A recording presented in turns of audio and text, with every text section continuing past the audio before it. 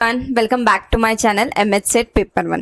तर आजच्या या व्हिडिओमध्ये आपण आपल्या महाराष्ट्र सेट पेपर 1च्या युनिट 8 म्हणजेच इन्फॉर्मेशन अँड कम्युनिकेशन टेक्नॉलॉजी या युनिटला सुरुवात करणार आहोत. हे युनिटही खूप महत्त्वाचं आहे. आपल्याला या युनिटमधून 5 क्वेश्चन्स विचारले जातात विच इज फॉर 10 मार्क्स. तर PYQच्या अभ्यासावरून आपण हा व्हिडिओ तयार करत आहोत की ज्या काही इम्पॉर्टंट टर्म्स आणि टर्मिनॉलॉजीज आहेत, जे क्वेश्चन्स विचारले गेलेले ते सर्व आपण इथे कवर करणार आहोत आणि यानंतर आपण आपली PYQची सिरीज घेऊन येणार आहोत. तर या युनिटमध्ये आता आपण सगळ्यात फर्स्ट पाहणार आहोत काही ICT टर्मिनॉलॉजीज आहेत ज्या आपल्याला समजून घेणं महत्त्वाचं आहे. तर यात फर्स्ट आहे हार्डवेअर. तर हार्डवेअर काय असतं, तर बेसिकली संगणकाचे जे काही भौतिक भाग असतात त्यांना आपण हार्डवेअर म्हणत असतो. जसं की कीबोर्ड आहे, मॉनिटर आहे, CPU आहे. हे संगणकाचे आउटर पार्ट झाले जे इम्पॉर्टंट असतात आणि त्यांना आपण हार्डवेअर म्हणत असतो. नेक्स्ट आहे सॉफ्टवेअर. तर जेव्हा आपण कम्प्युटर चालवतो तर तेव्हा जे सूचना आणि प्रोग्राम्स रन करत असतो त्यांना आपण सॉफ्टवेअर म्हणतो. वेगवेगळे सॉफ्टवेअर पण आपल्याला माहिती आहे. ॲक्च्युली या टर्मिनॉलॉजीज खूप इम्पॉर्टंट आहेत की त्या वर्क कसं करता हे समजून घेणं. आत्ता आपण सर्वजण लॅपटॉप यूज करतो, कम्प्युटर्स यूज करतो, मोबाईल यूज करतो, म्हणून आपल्याला बऱ्यापैकी आयडिया असते, पण तरी एकचं मिनिंग लक्षात ठेवणं इम्पॉर्टंट आहे. नेक्स्ट आहे नेटवर्क, जाळे. तर हे आपल्याला माहितीच आहे की परस्परांना जोडलेले संगणकाचे जे जाळे असतात किंवा a group of interconnected computers is known as networks. त्यानंतर इंटरनेट, जे आपण सर्व यूज करतो, ज्याचा यूज करून तुम्ही आता हा माझा व्हिडिओ पाहताय. तर तुम्हाला माहितीच आहे की जगभरातील संगणकांचे परस्पर जोडलेले जाळे, a global network of computers is internet. आपण सर्व जे यूज करत असतो ते. नेक्स्ट आहे ब्राउझर. तर software use to access website. तर आपल्याला माहिती आहे क्रोम, फायरबॉक्स, एज असे हे काही सॉफ्टवेअर आहेत आणि जे आपण वेबसाईट्सवर यूज करत असतो ते असतं ब्राउझर. नेक्स्ट आहे सर्च इंजिन म्हणजेच शोधयंत्र. तर हे एक टूल आहे की जे आपल्याला इन्फॉर्मेशन देत असतं इंटरनेटवरून जेव्हा आपल्याला काही सर्च करायचं असतं. तर सगळ्यात मोठं सर्च इंजिन आपल्याला माहितीच आहे गुगल, जे आपण मोस्टली यूज करत असतो. आता आपल्याला जर काही माहिती पाहिजे तर आपल्याकडे ChatGPT पण आलेलं आहे, तेही एक काइंड ऑफ शोधयंत्र आपण म्हणू शकतो. क्लाउड कम्प्युटिंग म्हणजेच स्टोरेज डिव्हाइस आहे. आपल्या सर्वांच्या मोबाईलमध्ये पण आपण स्टोअर करत असतो, त्याच्यासाठी आपल्याकडे क्लाउड हे असतं, गुगल क्लाउड हे असतं, असं विविध प्रकारचं. तर क्लाउड कम्प्युटिंग तुम्हाला माहितीच आहे. नेक्स्ट आहे ई लर्निंग म्हणजेच ई अध्ययन. तर जे काही आपण अभ्यास इलेक्ट्रॉनिक डिव्हाइसच्या थ्रू करत असतो ऑनलाईन प्लॅटफॉर्मवर. फॉर एक्झाम्पल आता जे आपण शिकतो आहे की यूट्यूबवरून तुम्ही जे काही शिकताय ते एक काइंड ऑफ ई लर्निंग झालं. तर ह्या काही ICT टर्मिनॉलॉजीज आहेत. नेक्स्ट आता काही इम्पॉर्टंट ICT ॲब्रिव्हिएशन्स आहेत. बऱ्याच वेळा तुम्ही पाहिलं असेल, जर PYQs तुम्ही पाहिले असतील तर की यात आपल्याला फुल फॉर्म विचारण्यात येतात. तर तेच काही इम्पॉर्टंट इथे काढून घेतलेले आहेत की जे विचारले असतील किंवा विचारण्यात येतात. तर यात फर्स्ट तुम्ही पाहू शकता ICT information and communication technology. याचा मराठी अर्थ इथे दिलेला आहे. तुम्ही पाहू शकता की माहिती व संप्रेषण तंत्रज्ञान. नेक्स्ट आहे IT इन्फॉर्मेशन टेक्नॉलॉजी.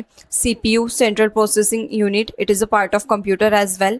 देन आहे ALU arithmetic logic unit. CU control unit. RAM random access memory आणि ROM म्हणजे रीड ऑनली मेमरी. हे व्यवस्थित लक्षात ठेवा, यावर प्रश्न विचारण्यात आलेला आहे. नेक्स्ट आहे HDD हार्ड डिस्क ड्राईव्ह. ही आपल्याला माहिती आहे की ही आपल्या लॅपटॉपच्या किंवा कम्प्युटरच्या आतमध्ये असते. नेक्स्ट आहे SSD solid state drive. USB universal serial bus. पुढचं आहे व्हिज्युअल डिस्प्ले युनिट. हे पण विचारण्यात आलेलं आहे एकदा. नेक्स्ट आहे UPS uninterruptible power supply. LAN local area network. MAN metropolitan area network. WAN wide area network. PAN personal area network. तर हे जे काही नेटवर्कचे टाईप पाहतोय ते व्यवस्थित लक्षात ठेवा, यावर वेगवेगळ्या प्रकारे प्रश्न विचारण्यात येतात. नेक्स्ट आहे WLAN म्हणजेच wireless local area network. ISP internet service provider. URL uniform resource locator. WWW आपल्याला माहिती आहे वर्ल्ड वाईड वेब. इथे एक दिलेलं आहे HTTP म्हणजे हायपर टेक्स्ट ट्रान्सफर प्रोटोकॉल. आणि जर तिथेच पुढे S असेल तर that S stands for secure.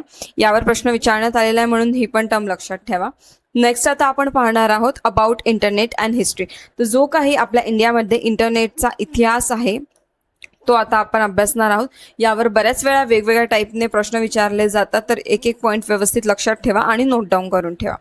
तर सर्वात प्रथम आपण पाहणार आहोत की भारतात सर्वसामान्य जनतेसाठी इंटरनेट सेवा 15 ऑगस्ट 1995ला सुरुवात करण्यात आली होती आणि ही सेवा WSNL म्हणजेच विदेश संचार निगम लिमिटेड यांनी सुरू केलेली होती.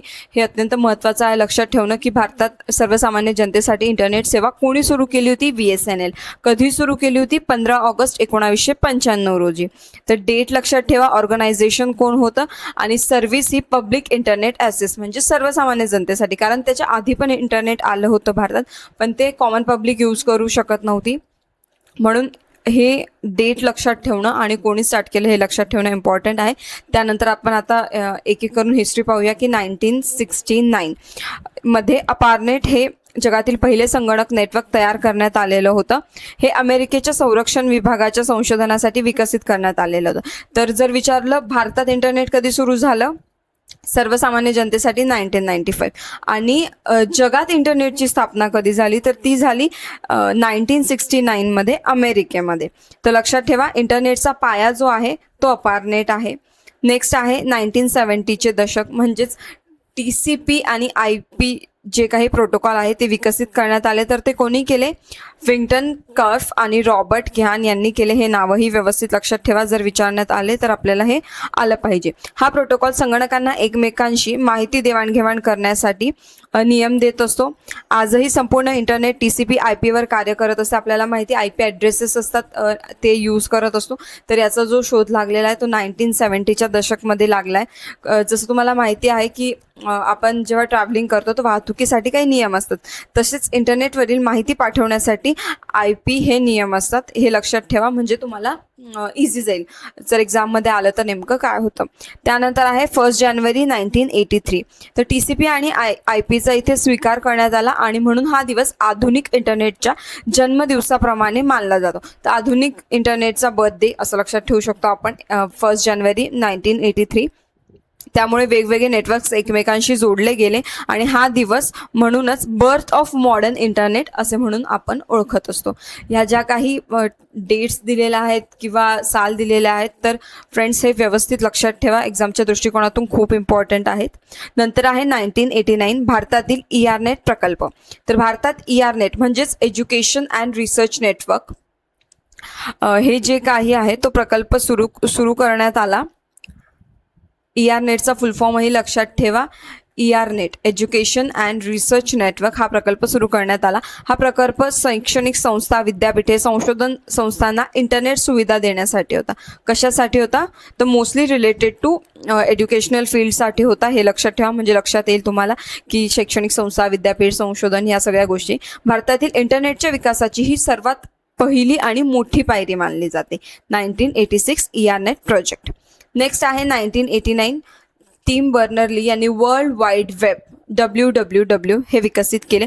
खूप इम्पॉर्टंट आहे. WWW कोणी विकसित केले आणि केव्हा विकसित केले? यामुळे वेबसाईट्स, वेब पेजेस आणि ब्राउझर्सद्वारे माहिती पाहणे शक्य झाले आपल्याला. इंटरनेट आणि WWW म्हणजेच वर्ल्ड वाईड वेब हे वेगळे आहेत. इंटरनेट म्हणजेच आपल्याला माहिती आहे नेटवर्क आणि WWW म्हणजेच वर्ल्ड वाईड वेब ही इंटरनेटवर चालणारी एक वेबसेवा आहे. तर हे दोघी वेगळे आहे, हेही व्यवस्थित लक्षात ठेवा. आणि ॲट दी लिस्ट आपण इथे पाहिलंच 15 ऑगस्ट 1995 भारतात सर्वसामान्य नागरिकांसाठी इंटरनेट सेवा सुरू करण्यात आली. हे पण लक्षात ठेवा. VSNL विदेश संचार निगम लिमिटेड आणि यामुळे भारतातील सामान्य लोकांना प्रथमच इंटरनेट वापरण्याची संधी मिळाली. तर ह्या ज्या काही टर्मिनॉलॉजीज मी तुम्हाला सांगितल्या या व्यवस्थित लक्षात ठेवा. 1969 पासून 1995 मध्ये काय काय इंटरनेटमध्ये बदल झाले किंवा काय काय स्टार्ट झालं, कोणत्या दशकमध्ये, हे काय सायंटिस्टचे जे काही नेम्स वगैरे आहे ते सर्व व्यवस्थितपणे लक्षात ठेवा. एक्झामच्या दृष्टिकोनातून ह्या एक एक कन्सेप्ट खूप इम्पॉर्टंट आहेत. नेक्स्ट आहे ICT टर्म्स. टाईपरायटर काय आहे, हनी कोड काय आहे हे आपण पाहणार आहोत. हे आपल्याला यावरही प्रश्न विचारण्यात आलेले आहेत. तर फर्स्ट टर्म आहे टाईपरायटर. याच्या आपण नावावरूनही अंदाज लावू शकतो. टाईप म्हणजे काहीतरी लिहितोय आणि रायटर, टाईपरायटर. त्याचा अर्थ आहे की संगणक येण्यापूर्वी कागदावर अक्षरे टंकित म्हणजेच टायपिंग करण्यासाठी वापरले जाणारी यांत्रिक उपकरण म्हणजेच टाईपरायटर. तर याचं वैशिष्ट्य काय आहे की विजेशिवाय काही मॉडेल्स चालतात तर आता आपल्याला माहिती आहे की आपल्याला जर चार्जिंग नसली ना आपला लॅपटॉप वर्क करतं, ना मोबाईल वर्क करतं, ना कम्प्युटर. तर आधी जेव्हा हे आपल्याकडे संगणक नव्हतं तर तेव्हा टाईपरायटरचा यूज व्हायचा. तर कार्यालय, शाळा, सरकारी विभागांमध्ये पण याचाच वापर व्हायचा. आणि जे काही कम्प्युटर आणि वर्ड प्रोसेसर आल्यावर याचा वापर कमी झालेला आहे. पण आधी हे खूप इम्पॉर्टंट होतं, म्हणून हे काय आहे हे लक्षात असणं महत्त्वाचं आहे. नेक्स्ट आहे हनीकोड. ही टर्म पण खूप इम्पॉर्टंट आहे. तर हनीकोड हा सायबर सुरक्षेशी संबंधित शब्द आहे. तर आपण लक्षात ठेवू शकता हनीकोड इज इक्वल्स टू सायबर, म्हणजे आपल्याला लवकर लक्षात येईल. तर खोटे पासवर्ड, कोड किंवा माहिती ठेवून हॅकरला फसवण्यासाठी जे तंत्र यूज केलं जातं त्याला हनीकोड म्हणतात. याचा जो उपयोग आहे तो सायबर हल्ले शोधण्यासाठी आणि अनधिकृत प्रवेश ओळखण्यासाठी केला जातो. तर honey code is equals to related to cyber something असं आपण लक्षात ठेवलं फ्रेंड्स, तरी आपल्या लक्षात राहील. नेक्स्ट टर्म आहे युनिकोड. ही टर्म खूप महत्त्वाची आहे. यापूर्वी पण यावर 2 ते 3 वेळा प्रश्न विचारण्यात आलेला आहे, म्हणून हे व्यवस्थित लक्षात ठेवा. तर बेसिकली युनिकोड म्हणजे काय, तर पूर्वी भाषेसाठी वेगवेगळे फॉन्ट आणि कोड यूज केले जायचे आणि त्यामुळे एका कम्प्युटरवर लिहिलेला जो काही पॅरेग्राफ असायचा तो दुसऱ्या कम्प्युटरवर चुकीचा दिसायचा आणि ही समस्या दूर करण्यासाठी युनिकोड विकसित करण्यात आला. तर युनिकोड हे जगातील सर्व भाषांमधील अक्षरे, चिन्हे आणि अंकांना एक कोड देणारे इंटरनॅशनल म्हणजेच आंतरराष्ट्रीय मानक आहे. त्याचे वैशिष्ट्य आता पाहूया आपण. तर ते सर्व भाषांना समर्थन देते. तर प्रत्येक लँग्वेजमध्ये हे आहे. हिंदी असो, इंग्लिश असो, तमिळ असो, चिनी असो, सर्व भाषा आपल्याला युझिंग युनिकोड लिहिता येतात. म्हणजेच त्या सर्व भाषांना एक समान कोडिंग प्रणाली प्रदान करते असं आपण म्हणू शकतो. आणि डेटा शेअर करणे आणि इंटरनेटवर माहिती प्रदर्शित करणे याच्यामुळे सोपं जातं. इंटरनेट आणि आधुनिक संगणक प्रणालीमध्ये याचा म्हणून मोठ्या प्रमाणात वापर होत असतो. तर याचे जे काही फायदे आहेत ते की खूप साऱ्या लँग्वेजेसमध्ये आपल्याला मजकूर लिहिणे शक्य होतं, बहुभाषिक आहे ते, आणि डेटा आहे तो सर्वत्र एकसारखा दिसतो, कुठेही असं वेगवेगळा किंवा असं काही दिसत नाही. आणि त्याच्यासाठी त्यांच्या काहीतरी टर्म्स आहेत, युनिकोड पॉईंट्स तयार केलेले आहेत त्यांनी, त्याचा याच्यात उपयोग होतो. तर बेसिकली युनिकोडचे फायदे ते मल्टिलिंग्वल आहे, म्हणजे बहुभाषिक आहे, सर्व प्लॅटफॉर्मवर आपल्याला उपस्थित असतं, इंटरनेट आणि वेबसाईटसाठी ते इम्पॉर्टंट आहे. हे सर्व आपण युनिकोडच्या बाबतीत लक्षात ठेवू शकतो. नेक्स्ट आहे मल्टीमीडिया. हा वर्ड आपण सर्वांनी ऐकलाच असेल, आपल्याला यूज टू आहे. तर माहिती सादर करण्यासाठी टेक्स्ट किंवा इमेजेस, ऑडिओ, व्हिडिओ, ॲनिमेशन या सर्वांचा एकत्रित आपण जो वापर करतो तो म्हणजेच मल्टीमीडिया. तर बेसिकली तुम्ही इथे पाहू शकता multimedia is equals to text plus image plus audio plus video plus animation यांचं जे काही संयोजन असतं ते म्हणजेच मल्टीमीडिया. हे झालं अबाउट मल्टीमीडिया. नेक्स्ट आहे ई रिसोर्सेस. काही इंटरनेटवर रिसोर्सेस आहे, यावरही आधी प्रश्न विचारण्यात आलेला आहे आपल्याला. तर ई शोधगंगा हे काय आहे हे व्यवस्थित आता आपण पाहणार आहोत.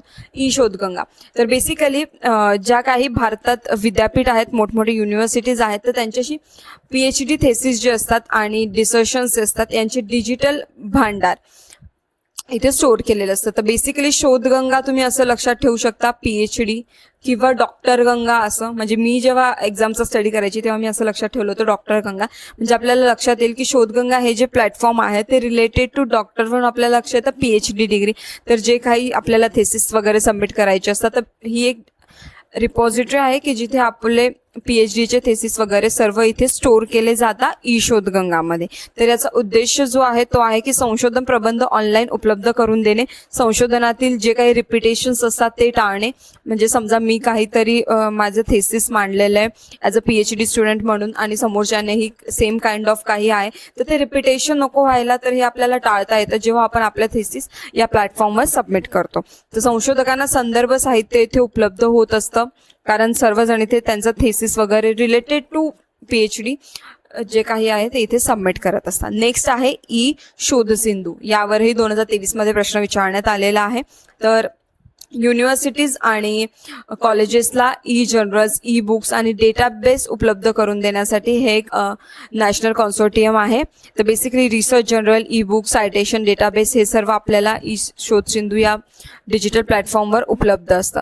तर e Shodhsindhu consortium for higher education electronic resources असं लक्षात ठेवा. Shodhsindhu is equals to higher education related to असं आपण लक्षात ठेवू शकतो. आणि हे सांगितलंच मी तुम्हाला की डॉक्टर गंगा असं लक्षात ठेवा, म्हणजे ई शोधगंगा हे प्लॅटफॉर्म कशाचं आहे हे आपल्याला लक्षात राहील.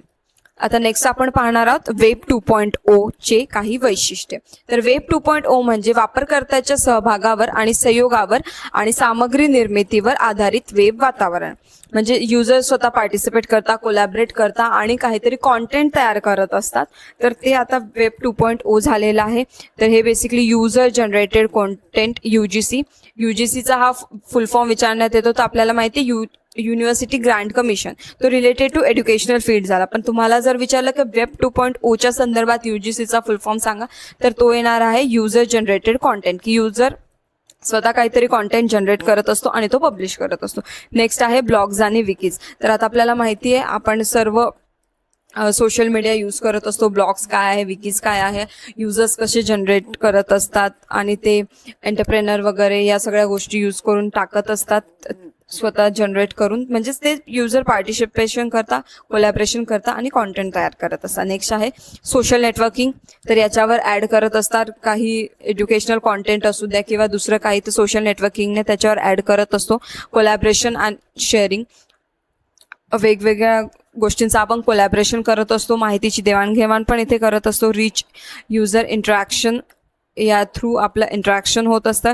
टॅगिंग अँड फोक्सनॉमी, तर वेगवेगळ्या पीपल्सला आपल्याला माहिती. या सगळ्या कॉन्सेप्ट ॲक्च्युली आपल्यासाठी नवीन नाही आहे, कारण सर्वजण आपण व्हॉट्सअप यूज करतो, इंस्टाग्राम, फेसबुक, या सर्व कॉन्सेप्ट रिलेटेड टू तेच आहे की वेब 2.0 कसं वर्क करतं बेसिकली. नेक्स्ट काही इम्पॉर्टंट इंटरनेट सर्व्हिसेस आहेत आणि त्यांचे लॉन्च इयर्स आहेत.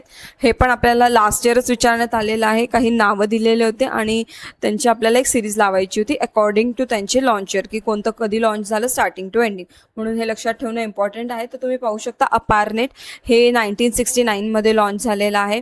नेक्स्ट आहे FTP, फाईल ट्रान्सफर प्रोटोकॉल, हा फुल फॉर्म पण लक्षात ठेवा, 1971मध्ये लॉन्च झालेला आहे. Email, electronic mail, 1971. TCP/IP केव्हा अडॉप्ट करण्यात आलं, 1983, हे आपण आताही पाहिलं. WWW, वर्ल्ड वाईड वेब, 1989मध्ये हे इन्व्हेंट करण्यात आलं, पण पब्लिकली 1991मध्ये अवेलेबल होतं. याहू हे प्लॅटफॉर्म आपल्याला माहिती आहे, ज्याचा शोध 1994मध्ये लॉन्च केलं. नंतर आहे VSNL, विदेश संचार निगम लिमिटेड, पब्लिक इंटरनेट, जे इंडियाला प्रोव्हाइड करण्यात आलं 1995मध्ये, कॉमन पब्लिक यूज करू शकत होती. विकिपीडिया, याचा शोध 2001मध्ये लागला. LinkedIn 2003, Skype 2003, Gmail 2004, Facebook 2004, YouTube 2005 आणि Google search 1998, Google search engine. तर हेही लक्षात ठेवा की यूट्यूबच्या आधी फेसबुक इन्व्हेंट झालेला आहे. तर जे काही आतापर्यंत नेटसेटमध्ये क्वेश्चन्स विचारले गेलेले आहेत त्या क्रोनॉलॉजिकल ऑर्डर्स इथे तुम्ही पाहू शकता. हाच क्वेश्चन लास्ट इयर विचारण्यात आलेला होता की यांना आपल्याला त्यांच्या सुरुवातीच्या वर्षापासून लावायचं होतं. तर विकिपीडिया 2001मध्ये आलं आहे, Gmail 2004, YouTube 2005, Instagram 2010. Similarly Google, Facebook, YouTube, Instagram, LinkedIn, Gmail, Facebook, तर ह्या टर्म्स आहेत, ह्या व्यवस्थित नोट डाऊन करून ठेवा. आपल्याला एक्झाममध्ये याचा नक्कीच उपयोग होईल. आणि इथे एक मेमरी ट्रिक म्हणजे व्यवस्थित 2001 पासून 2022 पर्यंत तुम्हाला दिसतंय. आधी आलं Wikipedia, then Gmail, YouTube, Twitter, WhatsApp, Instagram, Telegram आणि आता 2022मध्ये ChatGPT आलं, ज्याचा की खूप मोठ्या प्रमाणात आपण सर्वच उपयोग करत असतो. आता काही डिजिटल इनिशिएटिव्ज आहे हायर एज्युकेशन्समधले, जे खूप इम्पॉर्टंट आहे. तर उच्च शिक्षणातील जे काही डिजिटल उपक्रम आहेत, भारत सरकारने UGC, all India council of technical education आणि शिक्षण मंत्रालय, उच्च शिक्षण अधिकृत आणि गुणवत्तापूर्ण करण्यासाठी काही डिजिटल प्लॅटफॉर्म्स सुरू केलेले आहेत, काही नवनवीन उपक्रम सुरू केलेले आहेत. त्यांची माहिती असणं ही आपल्याला खूप महत्त्वाचं आहे. तर त्यात फर्स्ट आहे स्वयं, हा एक मूक प्लॅटफॉर्म आहे. स्वयंबद्दल आपण यापूर्वी माहिती घेतलेली आहे. स्वयं काय आहे आणि स्वयंप्रभा काय आहे याविषयी एक स्पेशल व्हिडिओ आपल्या चॅनलवर उपलब्ध आहे. जर तुम्ही नवीन असाल तर चॅनलवर जाऊन नक्कीच पाहू शकता. इन डिटेल मी एक्सप्लेन केलेलं आहे अबाउट स्वयं अँड स्वयंप्रभा. तर इथे शॉर्टमध्ये सांगते की स्वयं हा एक मूक प्लॅटफॉर्म आहे. इथे आपण ऑनलाईन पद्धतीने आपल्याला पाहिजे तेव्हा अभ्यास करू शकतो. स्वयंप्रभा हे एक ग्रुप ऑफ एज्युकेशनल चॅनल आहे, डिरेक्ट टू होम चॅनल्स. याच्यावर आपण एज्युकेशनल कॉन्टेंट आहे तो येत असतो, दिवसातनं रिपीट होत असतो 4 तासानंतर. हे सर्व आपण इथे अभ्यासू शकतो. एक आहे NDLI म्हणजेच नॅशनल डिजिटल लायब्ररी, ही आपल्याला उपलब्ध करून दिलेली आहे, जिथे आपण सर्व प्रकारच्या बुक्सचा तिथे साठा आहे जो रीड करू शकतो. नेक्स्ट आहे शोधगंगा. तर हे बेसिकली एक PhD थेसिस आपल्याला सबमिट करण्यासाठीचं एक ऑनलाईन प्लॅटफॉर्म आहे. यापूर्वी मी तुम्हाला सांगितलं डॉक्टर गंगा म्हणून आपण हे लक्षात ठेवू शकतो. ई शोध सिंधू. तर हे बेसिकली आपले इलेक्ट्रॉनिक जनरल डेटाबेस हे सर्व सबमिट करण्यासाठीचं एक प्लॅटफॉर्म आहे. हे रिलेटेड टू हायर एज्युकेशन आहे. मी यापूर्वी तुम्हाला सांगितलं युनिव्हर्सिटीज वगैरे त्यांचं जे काही इम्पॉर्टंट असतं ते इथं सर्व सबमिट करत असतात. तर हायर एज्युकेशन हे लक्षात ठेवा. नेक्स्ट आहे ABC अकॅडमिक क्रेडिट बँक आहे. याच्यावर रही आपले सर्व जे काही क्रेडिट्स असतात ते इथं आपण शो करत असतो. आणि NAD म्हणजेच डिजिटल अकॅडमिक सर्टिफिकेट्स आपल्याला इथे मिळत असतात. ही नॅशनल अकॅडमिक डिपॉझिटरी आहे. इथे डिजिटल प्लॅटफॉर्ममध्ये आपले जे काही सर्टिफिकेट्स असतात ते उपलब्ध असतात. तर हे सर्व डिजिटल इनिशिएटिव्स आहेत हायर एज्युकेशनमधले, जे शिक्षण मंत्रालयाने घेतलेले आहेत. खूप इम्पॉर्टंट टर्म्स आहेत या फ्रेंड्स, व्यवस्थित लक्षात ठेवा. नेक्स्ट आता आपण पाहणार आहोत भारतातील महत्त्वाचे गव्हर्नन्स उपक्रम. तर शासनाच्या सेवा, माहिती आणि प्रशासकीय कार्य इलेक्ट्रॉनिक माध्यमातून नागरिकांपर्यंत पोहोचवण्याच्या प्रक्रियेला गव्हर्नन्स असे म्हणतात. तर गव्हर्नन्सचे जे काही उद्दिष्ट आहे इम्पॉर्टंट ते म्हणजे की शासन अधिक पारदर्शक म्हणजेच ट्रान्सपरंट करणे, ज्या काही सेवा आहेत त्या लवकर आणि सुलभ करणे, आणि भ्रष्टाचार कमी करणे, आणि नागरिकांचा वेळ आणि खर्च वाचवणे. तर हे गव्हर्नन्सचं जे काही इम्पॉर्टंट उद्दिष्ट आहे ते आहे. तर त्यात फर्स्ट आपण पाहूया डिजिटल इंडिया 2015. तर भारताला डिजिटलदृष्ट्या सक्षम आणि ज्ञान अर्थव्यवस्था बनवण्याचा हा उपक्रम आहे. याची सुरुवात 1 जुलै 2025ला करण्यात आली. आणि या अभियानामुळे सरकारी सेवा आणि जे काही आहे ते सर्व ऑनलाईन पद्धतीने उपलब्ध झाल्या. म्हणजे फॉर एक्झाम्पल आपण लक्षात ठेवू शकतो की ऑनलाईन अर्ज, डिजिटल पेमेंट, शिक्षण हे सर्व रिलेटेड टू डिजिटल इंडिया आहे. नेक्स्ट आहे उमंग. उमंगचा फुल फॉर्म आधी पाहून घ्या की unified mobile application for new age governance. तर एकाच मोबाईल ॲपवर विविध जे काही गव्हर्नमेंट सेवा आहेत त्या उपलब्ध करून देणे. फॉर एक्झाम्पल PFA, आधार आहे, पॅन, गॅस बुकिंग, पेन्शन हे सर्व एका ॲपमध्ये मिळतात. त्याच्यासाठी हे ॲप लॉन्च करण्यात आलं. तर एक लक्षात ठेवू शकतो की एक ॲप आहे आणि त्याच्या आपल्याला खूप सारे गव्हर्नमेंट सर्व्हिसेस देतात, ते आहे उमंग. नेक्स्ट आहे डिजिलॉकर, जे आपण सर्व यूज करतच असतो. तर सरकारी कागदपत्रे जे आहे ते डिजिटल स्वरूपात सुरक्षित ठेवण्यासाठीची सेवा आपल्याला डिजिलॉकर देत असतं. आधार कार्ड असो, ड्रायव्हिंग लायसन्स असो, मार्कशीट्स असो, हे सर्व आपल्याला ऑनलाईन इथे आपल्याला स्टोअर करता येतात. तर याचा फायदा आहे की कागदपत्रांच्या हार्ड कॉपीची गरज नसते. हे सगळीकडे मान्य केले जाते डिजिलॉकर्सचे डॉक्युमेंट्स. नेक्स्ट आहे आधार, युनिक आयडेंटिफिकेशन नंबर. आपल्या सर्वांना माहितीच आहे, आपण यूज करत असतो. तर प्रत्येक नागरिकाला हा दिला जातो. 12 अंकी एक कोड आहे, UID, unique identification number. Next आहे हॉस्पिटल, ऑनलाईन आरोग्य सेवा. तर सरकारी रुग्णालयाच्या सेवा ऑनलाईन उपलब्ध करून देण्यासाठी ही प्रणाली आहे. नेक्स्ट आहे कोर्ट्स, न्यायालयीन सेवाचे डिजिटलीकरण. तर केसची स्थिती काय आहे, कोणावर जर काही केस चालू असेल आणि त्याची स्थिती काय आहे, नेक्स्ट तारीख काय आहे, निकाल कसा आहे, हे सर्व आपल्याला ऑनलाईन पाहता येते. त्याच्यासाठी कोर्ट हा प्लॅटफॉर्म तयार करण्यात आलेला आहे. तर हे काही भारतातील महत्त्वाचे गव्हर्नन्स आहेत जे आपल्या एक्झामच्या दृष्टिकोनातून इम्पॉर्टंट आहेत, म्हणून व्यवस्थित लक्षात ठेवा. आता नेक्स्ट आपण पाहणार आहोत basics of internet and intranet. तर इंटरनेट काय आहे, इंट्रानेट काय आहे, हे सर्व आपण इथे पाहणार आहोत. तर इंटरनेट म्हणजेच आपल्याला माहिती आहे TCP/IP प्रोटोकॉलच्या सहाय्याने जगभरातील संगणकांना जोडणारे एक जागतिक नेटवर्क आहे.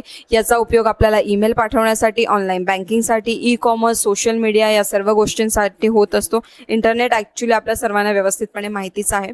आणि नेक्स्ट आहे इंट्रानेट. तर एखादी संस्था किंवा कंपनी किंवा विद्यापीठाच्या अंतर्गत तयार केलेले जे काही प्रायव्हेट नेटवर्क असते, खाजगी नेटवर्क असते, प्रायव्हेट नेटवर्क असते, ते म्हणजेच इंट्रानेट असते. फॉर एक्झाम्पल महाविद्यालयाचे कर्मचारी पोर्टल असतं किंवा कंपनीचे अंतर्गत नेटवर्क असतं, तर त्यांची इन्फॉर्मेशन शेअर करण्यासाठी एक प्लॅटफॉर्म तयार करण्यात आलेला आहे, ते म्हणजे इंट्रानेट. नेक्स्ट आहे ईमेल म्हणजेच इलेक्ट्रॉनिक मेल. याचा शोध टॉम्लिसन यांनी 1971 लावला. आणि एक इलेक्ट्रॉनिक मेल म्हणजेच इलेक्ट्रॉनिकरित्या मेसेज पाठवण्याची सेवा म्हणजे ईमेल. तर याचे जे काही भाग आहेत ते आपण पाहू शकता. म्हणजे ज्याला आपण पाठवतो, प्राप्त करता तो. CC म्हणजे कार्बन कॉपी. तर याला अजून जर आपल्याला कोणाला ॲड करायचं असेल तर आपण CC मध्ये ॲड करत असतो. आणि नंतर आहे BCC blind carbon copy. Subject आपल्याला कशा रिलेटेड आहे ते आपण सब्जेक्टमध्ये लिहित असतो. अटॅचमेंट, त्यात आपल्याला जर काही इमेजेस वगैरे ॲड करायचे आहेत ते आपण ॲड करत असतो. तर हे ईमेलचे भाग झाले. त्याचे फायदे काय आहेत की जे काही संप्रेषण आहे, कम्युनिकेशन आहे ते लवकर होतं, जलद होतं आणि कमी खर्चामध्ये होतं. नेक्स्ट आहे ऑडिओ कॉन्फरन्सिंग म्हणजेच आपली जे काही बोलून आपण कॉन्फरन्सिंग करत असतो काइंड ऑफ ती, तर याचा अर्थ आहे की 2 किंवा अधिक व्यक्तींमध्ये इंटरनेट किंवा दूरध्वनीद्वारे फक्त आवाजाच्या माध्यमातून होणारा संवाद म्हणजे audio conferencing. For example conference call, voice meeting हे सर्व एक्झाम्पल्स झाले आपले ऑडिओ कॉन्फरन्सचे. आणि नेक्स्ट आहे व्हिडिओ कॉन्फरन्सिंग. इंटरनेटद्वारे आवाज आणि दृश्य या दोन्ही माध्यमातून प्रत्यक्ष संवाद साधण्याची प्रक्रिया म्हणजे व्हिडिओ कॉन्फरन्सिंग. तर याचे वैशिष्ट्य आहे ऑडिओ प्लस व्हिडिओ. इथे आपण आपल्या आवाजासह आपला व्हिडिओ शेअर करू शकतो, ऑनलाईन मीटिंग्स घेऊ शकतो, व्हर्च्युअल क्लासरूम स्क्रीन शेअर करून आपण मीटिंग्समध्ये त्याचा यूज करू शकतो. आता आपण पाहिलंच आहे की कोविडमध्ये आपण व्हिडिओ कॉन्फरन्सिंगचा उपयोग किती प्रमाणात केलेला आहे आणि व्यवस्थितरित्या ते आपल्याला यूज होतं. तर याचे एक्झाम्पल्स लक्षात ठेवू शकतो. झूम आहे, गुगल मीट आहे. तर याचे फायदे काय काय की प्रवासाचा खर्च वाचतो, जे काही दूरस्थ शिक्षण आहे ते शक्य झालेलं आहे आणि आपण प्रत्यक्ष संवाद करतोय की आता जसं मी तुम्हाला एक्सप्लेन करते तर असं वाटतं की आपल्याला प्रत्यक्ष कोणीतरी शिकवतोय आणि आपण ज्ञान घेतोय. तर याचा हा एक फायदा आपल्याला नक्कीच होत असतो व्हिडिओ कॉन्फरन्सिंगचा.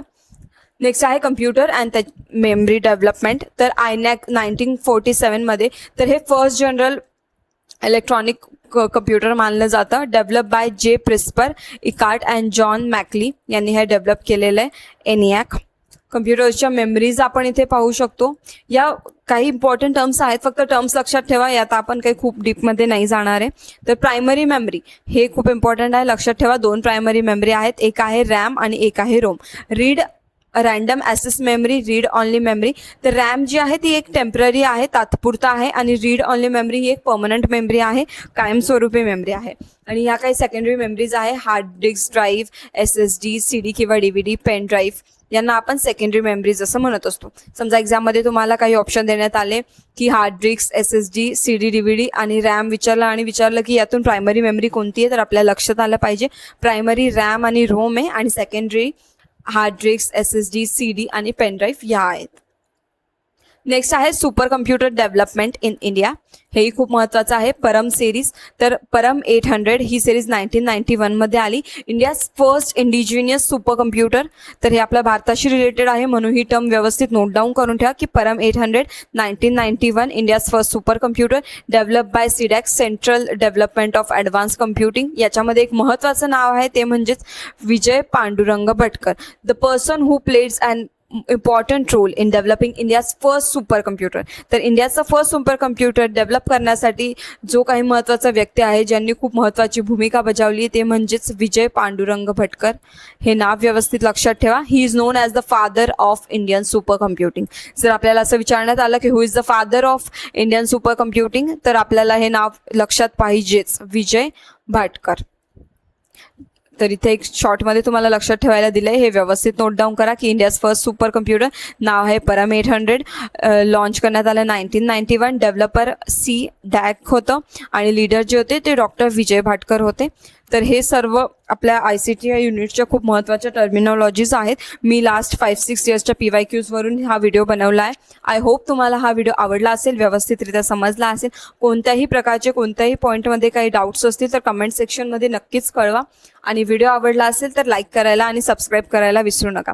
असे फ्रेंड्स बरेच लोक आहेत की जे फक्त व्हिडिओ पाहत आहे आणि सबस्क्राईब नाही करत आहे. तर प्लीज जर तुम्हाला व्हिडिओचा उपयोग होतोय आणि व्हिडिओ आवडत आहेत तर चॅनलला नक्कीच सबस्क्राईब करा आणि तुमच्या फ्रेंड्ससोबत पण शेअर करा ज्यांना याचा उपयोग होईल.